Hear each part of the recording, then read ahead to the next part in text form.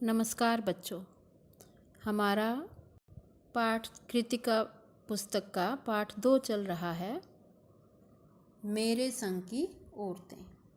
कल हमने पेज 19 तक पढ़ा था, जो लास्ट में हमने पढ़ा था कि चोर को पकड़ लिया गया और उसे ऐसा सबक सिखाया गया, मारपीट के नहीं, प्यार से, कि उसे अपना बेटा बोलकर और उस बेटा बोलकर वो बातों से इतना आकर्षित हुआ कि उसने चोरी छोड़ दी और खेती करने लगा।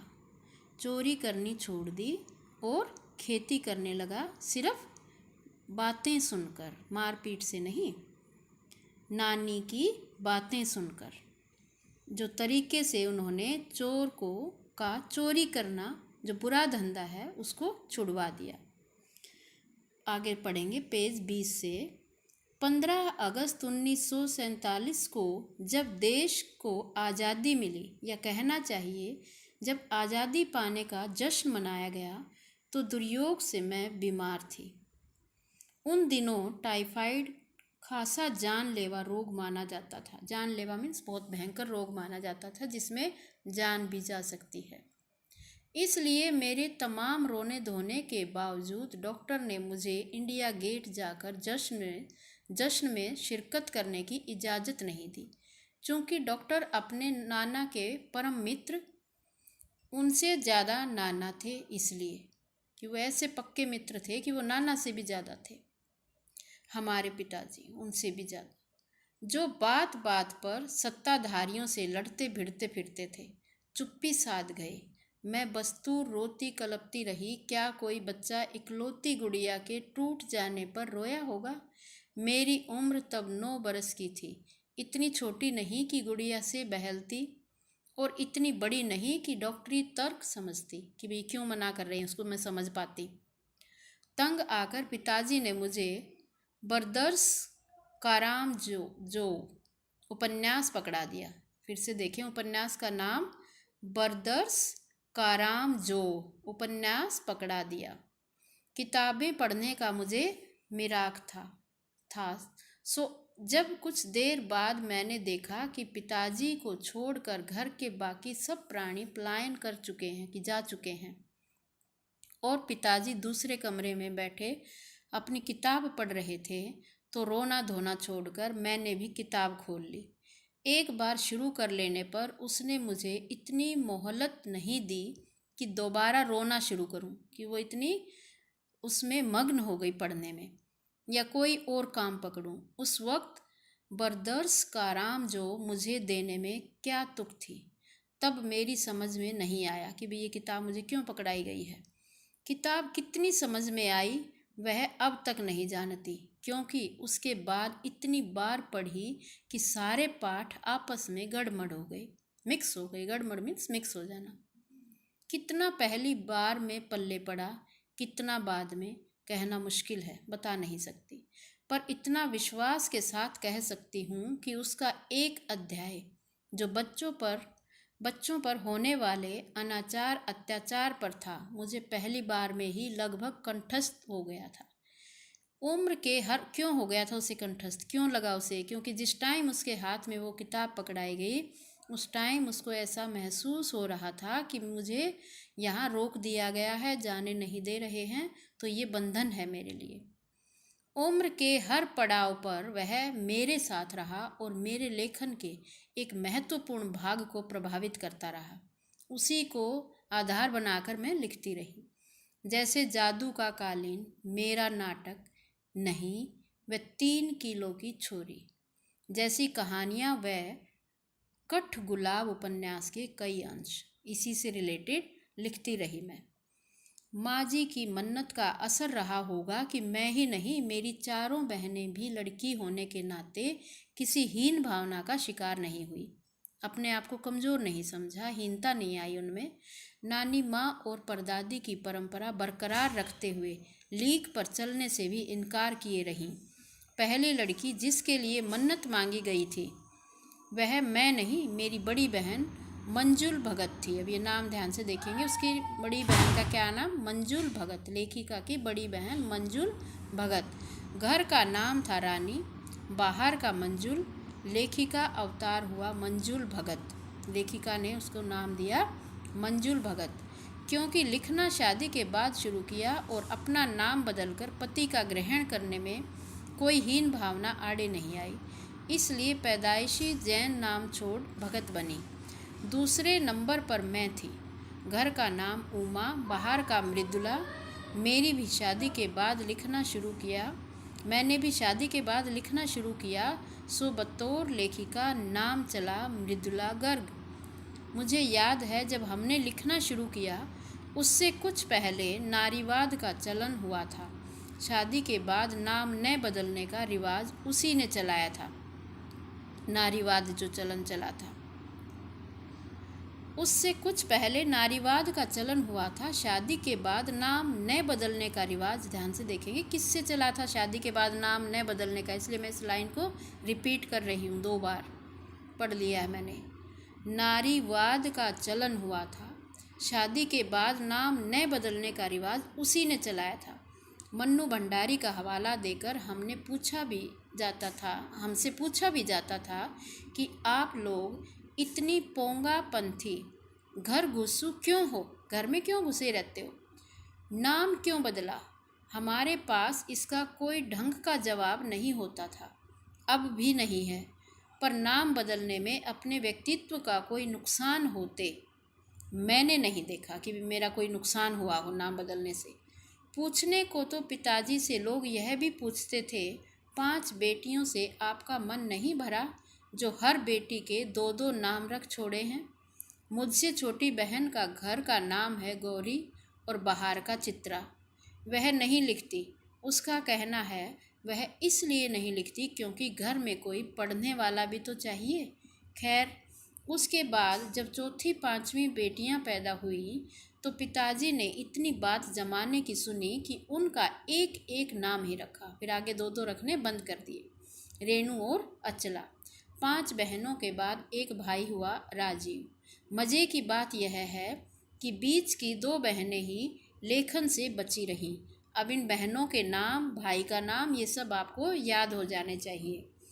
अचला और राजीव फिर उसमें जा फंसे। किस में फंसे? अचला मुझसे 8 साल छोटी है और वक्त के बदलाव की लाज रखते हुए अंग्रेजी में लिखती है। अब वो छोटी है तो उस टाइम इंग्लिश का प्रचलन कुछ ज़्यादा हो गया तो वो अंग्रेजी में लिखती है, पर राजीव फिर हिंदी के हवाले, वो फिर हिंदी ही लिखता है। हम 4 लिखते हैं और तमाम ख़ानदान हमें पढ़ता है। मेरी ससुराल में मुझे कोई नहीं पढ़ता। इस तथ्य को हजम करने में मुझे काफ़ी वक्त लगा कि भी मैं लिखती हूँ और मुझे कोई पढ़ता ही नहीं है मेरे लेखों को। फिर उसके फ़ायदे भी नज़र आने लगे। कम से कम घर के भीतर तो मुझे हिंदी आलोचना बुद्धि से 2-4 नहीं होना पड़ता। खैर, मैं अपनी नहीं, उन अदेवियों की बात कहना चाहती हूँ जो परदादी की मन्नत के नतीजतन धरती पर आईं और नहीं बनी, जो बनी उन्हें सांस लेने की ज़रूरत कुछ ज़्यादा हो, समझ में आता है। जैसा मेरे पिताजी ने एक बार मंजुल से कहा था, कोई दम नहीं घुटता, सांस लेने की ज़रूरत ही ज़्यादा है। पर यहाँ तो हम शेर, तो गैर लेखिका बहनें सवा शेर। हम शेर थे तो जो नहीं लिखने वाली थी वो सवा शेर। 4थे नंबर वाली रेणु का आलम यह था कि गर्मी की दोपहरी में स्कूल से वापसी पर जब गाड़ी उसे और उससे छोटी बहन अचला को बस अड्डे से लेने जाती तो रेणु उसमें बैठने से इनकार कर देती। उसका कहना था कि यूं थोड़ा सा रास्ता गाड़ी में बैठकर तय करना सामंत शाही का प्रतीक था। बड़े बड़े सामंत शाही लोग, जो शायद था, पर साथ ही पिताजी के अतिरिक्त लाड का भी प्यार भी ज़्यादा करते थे, लाड प्यार का भी असर था। माँ तो सब चीज़ों से उदासीन रहती थी, पर पिता काफ़ी कुड़ते भूनते जब देखते कि अचला गाड़ी में बैठी चली आ रही है और रेणु पीछे पीछे पसीने में तरबतर, खरामा खरामा, पसीने पसीने में, और बचपन में एक बार चुनौती दिए जाने पर उसने जनरल थिमैया को पत्र लिखकर उनका चित्र मंगवा लिया था, जो एक मोटरसाइकिल सवार जवान आकर उसके हाथ में दे गया था। पड़ोस में उसका रुतबा काफ़ी बढ़ गया था। गाड़ी में बैठने के साथ उसे इम्तिहान देने से भी परहेज था। गाड़ी में तो बैठती ही नहीं थी, अब इम्तिहान से भी परहेज था। स्कूल तो जैसे तैसे पास कर लिया, पर जब बीए का इम्तिहान देने की बारी आई तो वह अड़ गई। पहले मुझे समझाओ कि बीए करना क्यों ज़रूरी है, तब मैं इम्तिहान दूंगी। अगर मुझे यकीन आ गया कि हाँ कोई फ़ायदा है, वरना नहीं। हमने तरह तरह के तर्क दिए। माँ ने कहा पिताजी से पूछो। पिताजी ने कहा नौकरी कर पाओगी, शादी कर पाओगी, लोग इज्जत से देखेंगे, वगैरह वगैरह। कोई तर्क विश्वसनीय नहीं लगा, न रेणु को न खुद उन्हें। आखिर उन्होंने उसी कुतर्क का सहारा लिया जो युगों से माँ बाप के काम आता रहा। कहा बीए करो क्योंकि मैं कह रहा हूँ, करो। जैसे पहले थोप देते थे तो वो थोपना ही फिर उनके काम आया। रेणु ने बीए कर तो लिया, पर सिर्फ पिताजी की खुशी के लिए, यानी पास होने लायक नंबर लाकर। सच बोलने में वह माँ से भी 2 कदम आगे है। गनीमत यह है कि आधा समय उसके सच सुनकर लोग सोचते हैं वह मजाक कर रही होगी, इसलिए बिना मेहनत वह लोगों को हंसाए रख लेती है। आज भी उसे कोई इत्र भेंट करता है तो वह कहती है नहीं चाहिए, मैं तो नहाती हूँ। इत्र मीन्स जो ये सेंट लगाते हो आप लोग, नहीं चाहिए मुझे ये, मैं तो नहाती हूँ। तीसरे नंबर पर चित्रा है। वह कॉलेज पढ़ने तो जाती थी, पर खुद पढ़ने से ज़्यादा दिलचस्पी औरों को पढ़ाने में रखती थी। इसलिए इम्तिहान में उसके अंक कम और उसके शागिर्दों के ज़्यादा आते थे। पर अपने यहाँ सब चलता था। उसकी शादी का वक्त आया तो उसने एक नज़र में लड़का पसंद करके ऐलान कर दिया कि शादी उसके निर्णय से वाकिफ़ नहीं था। ऐलान कर दिया कि शादी करेगी तो उसी से। मुश्किल यह थी कि हमारे माँ बाप ही नहीं, खुद लड़का भी उसके निर्णय से वाकिफ़ नहीं था। पर उसका कहना था वह जो सोच लेती है करके रहती है, तो उसकी शादी उसी लड़के से हुई। कोई मुश्किल पेश नहीं आई। आती क्यों, कोई ज़्यादा परेशानी आई नहीं शादी में। आती क्यों, उसने कहा मैंने पहली मुलाकात में ही उसे बतला दिया था कि मैं जो सोच लेती हूँ होकर रहता है। तो उसने बात आगे खींची नहीं, आगे उसने मना ही नहीं किया। पहली मुलाकात में ही हथियार डाल दिए। हम में सबसे छोटी बहन अचला काफ़ी दिनों तक कुछ कम खिसकी मालूम पड़ती रही। पिताजी का कहा मानकर पहले अर्थशास्त्र किया, फिर पत्रकारिता में दाखिला लिया, ढंग से पढ़ाई की, पास हुई, फिर पिता की पसंद से शादी भी कर ली, पर उसके आगे लीक पर नहीं चल पाई, उसी लाइन पे नहीं चल पाई। वो घर बार में मन ज़्यादा रचा नहीं और मंजुल और मेरी तरह उम्र के 30 बरस पार करते ही लिखने का रोग लगा लिया। बस उसका मन वहाँ इतना लगा नहीं तो लिखने की आदत डाल ली। एक बार हम में एक ही रही। घर बार को परंपरागत तरीके से हमने भले न चलाया हो, उसे तोड़ा ही नहीं। शादी एक बार की और उसे कायम रखा। हम बेशक ऐसे थे, लेकिन हमने अपनी शादी को तोड़ा नहीं, उसे कायम रखा, बात मिलाकर ही रखी। चाहे तलाक के कगार पर खड़ी चली हो, पर कगार तोड़ डूबी नहीं।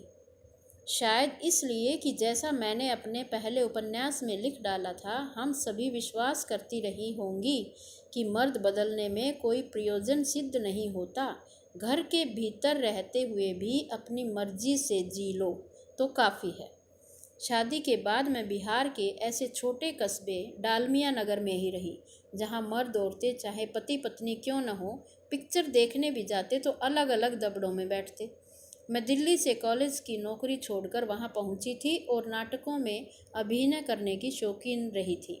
मैंने उनके चलन से हार नहीं मानी। साल भर के भीतर उन्हीं शादीशुदा औरतों को पराए मर्दों के साथ नाटक करने के लिए मना लिया। अगले 4 साल तक हमने कई नाटक किए। अकाल राहत कोष के लिए उन्हीं के माध्यम से पैसा भी इकट्ठा किया। वहाँ से निकली तो कर्नाटक के और भी छोटे कस्बे बागलकोट में पहुँच गई। तब तक मेरे 2 बच्चे हो चुके थे जो स्कूल जाने लायक उम्र पर पहुँच रहे थे, पर वहाँ कोई ढंग का स्कूल नहीं था।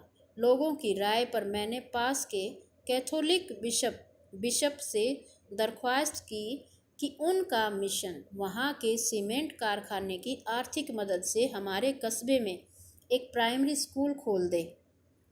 पहले उन्होंने कहा चूंकि उस प्रदेश में क्रिश्चियन जनसंख्या कम थी, इसलिए वे वहाँ स्कूल खोलने में असमर्थ थे। मैंने गैर क्रिश्चियन बच्चों को भी शिक्षा पाने के लायक सिद्ध करते हुए अपना इसरार जारी रखा।